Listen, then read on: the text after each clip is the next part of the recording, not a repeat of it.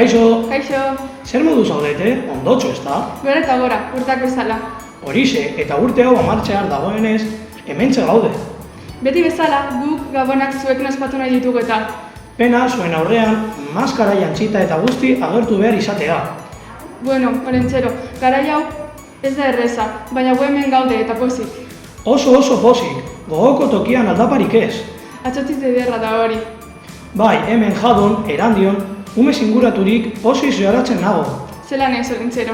Ikusi dituzumeak patioan, irribarretxu eta olgetan, har eta ona. Bai, energiaz eta humorez beteta. Umeak horrela ikusita, tximeletak urdailean sentitzen ditut dantzan. Biet sentibera duz, Olentzero. Ondo ezagutzen nauz, Mari Domingi. Zuretzat ez dut sekreturik.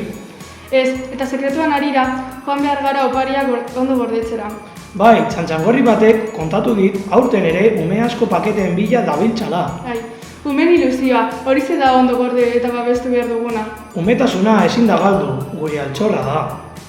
Baina sekretuaz gain, sorpresak ere garrantzitsuak dira gure bizitzan. Zer esan nahi duzu, Mari Domingi? Hasiena. Egia da, esango dizuet, oso arduratuta nago aldaketa klimatikoarekin. Eta horregatik, gure landatik jadora, hasi asko ekarri ditugu landatzeko, krokirekin batera.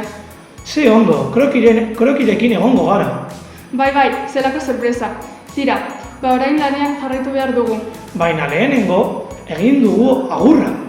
Ezin falta, familia guztioi, gabon hauetan. Gure zorionek zientxoena opa dizuegu.